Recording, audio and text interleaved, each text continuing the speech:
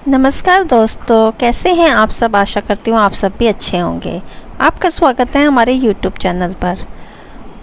दिन के 12 बज रहे थे, लेकिन सोहन अभी भी सो रहा था। उसकी माँ सुमित्रा ने आवाज़ दी, उठ जा बेटा, देख सूरज सर पर चढ़ाया है, कब तक सोता रहेगा। लेकिन सोहन पर कोई असर नहीं हुआ। वह चादर में मुंह ढककर दोबारा सो गया। कुछ देर बाद उसे खाने की खुशबू आने लगी।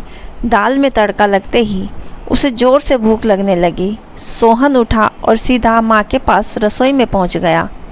माँ, क्या बनाया है? सुमित्रा जी बोली, पहले जाकर नहा फिर आना रसोई में। दाल चावल बनाए हैं।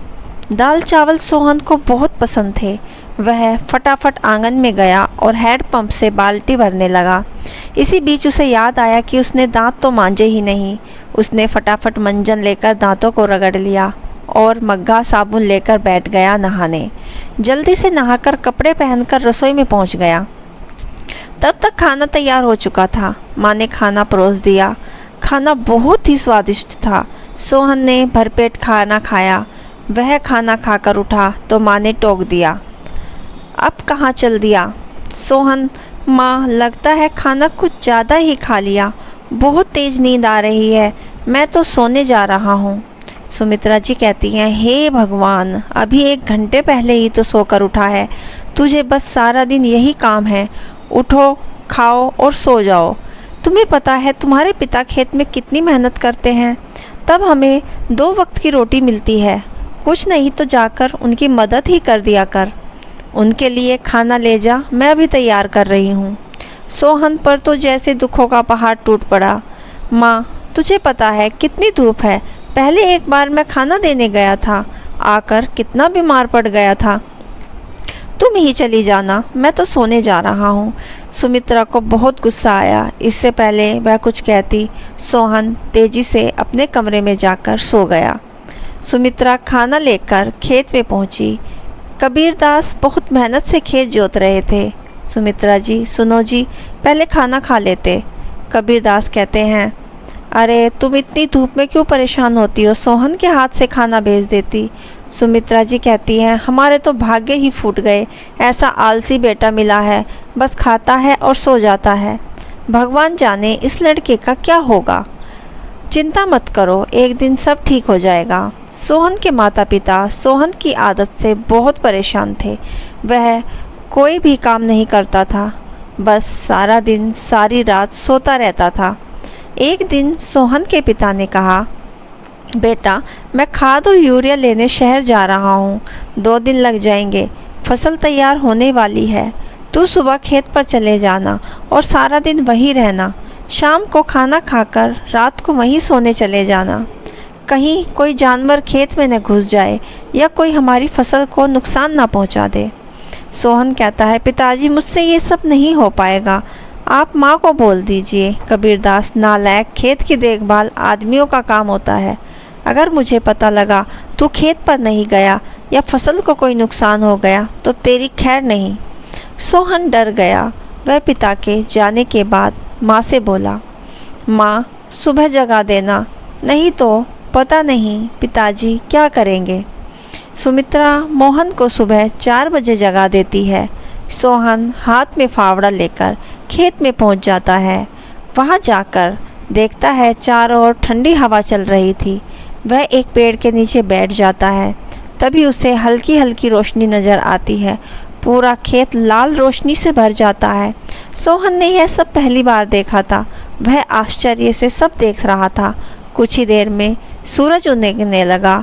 यह देखकर सोहन को बहुत आश्चर्य हुआ। कुछ ही देर में सभी गांव वाले खेत में काम करने आ गए। सब अपने अपने खेतों पर काम कर रहे थे। सोहन पेड़ के नीचे बैठा था। तभी उसे पास खेत के माधव काका आए। माधव काका कहते हैं, सोहन, मेरे खेत में पानी लग गया, अब तू अपने खेत में पानी काट ले। सोहन कहता है, काका, मुझे तो कुछ पता नहीं, ये सब तो पिताजी ने भी कभी नहीं बताया। माधव काका कहते हैं, बेटा, अभी पिता के साथ खेत पर आया तो तुझे पता होगा। माधव काका ने अपने बेटे को बुलाकर पानी सोहन के खेत की ओर मोड़ दिया। माधव काका कहते हैं, जब पूरा खेत भर जाए तो हमें बता देना, सोहन बैठकर देखता रहा, लेकिन सुबह जल्दी उठने के कारण उसे नींद आ गई। खेत में पानी बहुत ज़्यादा भर गया। तभी माधव काका दौड़ते हुए आए। नालायक, यहाँ सोने आया था क्या? अपने पिता की सारी मेहनत बर्बाद कर दी, सारी फसल को नष्ट कर दिया। सोहन हड़बड़ा कर उठा। उसका खेत पानी से लबालब भरा हुआ था। माधव काका ने जल्दी से पानी दूसरी ओर काटा, लेकिन तब तक बहुत देर हो चुकी थी। लगभग आधी फसल खराब हो चुकी थी। सोहन कहता है, काका अब कुछ नहीं हो सकता क्या? माधव काका कहते हैं, नहीं बेटा, तैयार फसल का ध्यान बच्चों की तरह रखना पड़ता है। समय से पानी देना, खाद देना, जानवरों से बचाना, इसलिए हम दिन रात खेत पर रहते हैं। अब तो भगवान ही मालिक है। सोहन पेड़ के नीचे बैठकर रोता रहा। दोपहर को सुमित्रा खाना लेकर आई। उसे सब पता लगा तो उसने भी सोहन को बहुत डांटा। शाम को सोहन घर नहीं आया, ना ही उसने खाना खाया। उसकी भूख, प्यास, नींद सब उड़ चुकी थी। अगले दिन जब कबीरदास घर वापस आया तो उन्होंने सोहन से बारे में पूछा। सुमित्रा ने सारी बात बता दी। कबीरदास कहते हैं, सब छोड़ दौड़ते हुए खेत पर पहुंचते हैं। उन्होंने देखा सोहन पेड़ के नीचे बैठकर रो रहा है। आधी फसल खराब हो चुकी थी। सोहन, पिताजी मुझे माफ़ कर दीजिए, मेरे आलस ने इतना बड़ा नुकसान कर दिया। आप चाहें तो मुझे पीट लीजिए। कबीरदास कहते हैं, नहीं, तुझे मारने से फसल ठीक नहीं होगी। वादा कर, आज के बाद कभी आलस नहीं करेगा। चल अब घर चल, वहीं बात करेंगे। दोनों घर आ जाते हैं। सोहन की आंखों में अब भी आंसू बह रहे थे। सुमित्रा ने उसे खाना दिया, लेकिन उसने नहीं खाया और वह अपने कमरे में जाकर रोने लगा। सुमित्रा कहती है, जी अब क्या होगा, आधी फसल तो बर्बाद हो गई। कबीरदास कहते हैं, सुमित्रा कोई घाटे का सौदा नहीं है।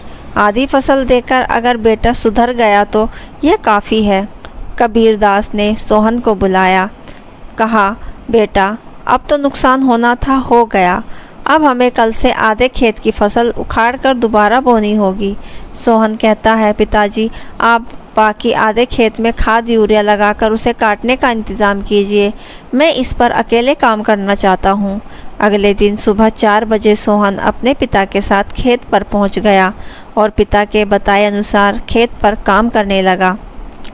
4 महीने कठिन परिश्रम करने के बाद नई फसल बढ़ती हुई दिखाई देने लगी। सोहन अब एक कर्मठ, मेहनती इंसान बन चुका था। दोस्तों, आलस की कीमत, यह कहानी आपको कैसी लगी हमें कमेंट बॉक्स में ज़रूर बताइए और हमारे चैनल को लाइक, शेयर, सब्सक्राइब करना ना भूलें।